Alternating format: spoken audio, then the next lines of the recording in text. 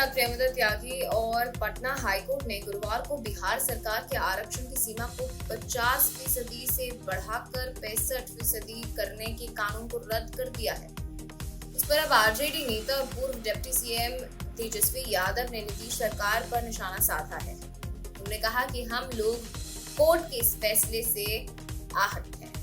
हालांकि हम लोगों को संदेह काफी पहले से था कि बीजेपी आरक्षण को रोकने के लिए कुछ भी कर सकती है। हम लोगों ने चुनाव में भी ये कहा था कि बीजेपी आरक्षण विरोधी है। आप लोगों को पता है कि हम लोगों ने जब जाति आधारित जनगणना कराई थी तब बीजेपी के लोगों ने कोर्ट में याचिका दाखिल कर इसे रुकवाने का प्रयास किया था। तेजस्वी ने कहा कि यही नहीं, सॉलिसिटर जनरल तक को कोर्ट में खड़ा किया गया था, लेकिन हम लोगों की अंत में जीत हुई थी। इसके बाद हम लोगों ने जाति आधारित सर्वे भी कराया था। हम लोगों ने पिछड़े और अति पिछड़े का आरक्षण 75% तक बढ़ाया था ताकि वो लोग आर्थिक मोर्चे पर मजबूत हो सके।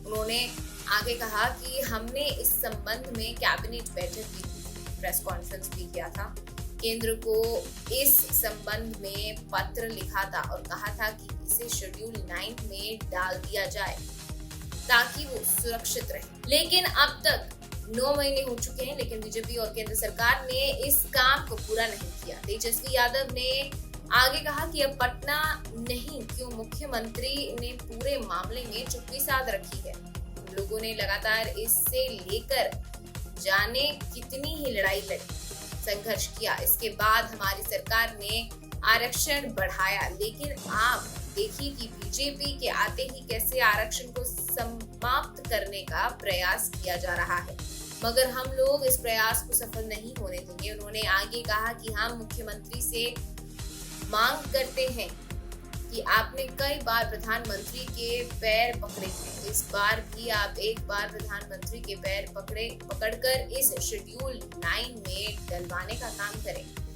तेजस्वी यादव ने कहा कि अगर ऐसा नहीं हो सकता तो हम चाहते हैं कि बिहार के सभी दल जुट होके प्रधानमंत्री से मिलें और इस संबंध में विस्तार से चर्चा करें।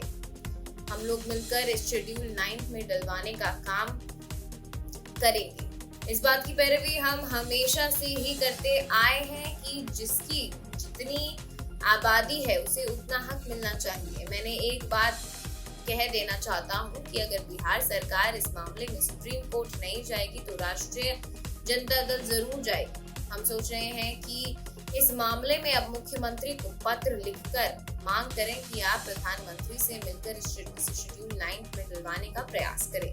धन्यवाद। लेकिन हम अनुरोध करते हैं माननीय मुख्यमंत्री जी से, कई बार आपने प्रधानमंत्री जी के पैर पकड़े हैं, इस बार भी पैर पकड़ करके कम से कम शेड्यूल 9 में जो है आप इसको डलवाने का काम करें। अगर नहीं हो तो हम प्रस्ताव भी देना चाहते हैं कि सर्वदलीय लोग जो है बिहार के लोग, वो जाके प्रधानमंत्री से जाकर के मिले और मिल करके जो है इसको अनुच्छेद 9 में जो है हम डलवाने का काम करें।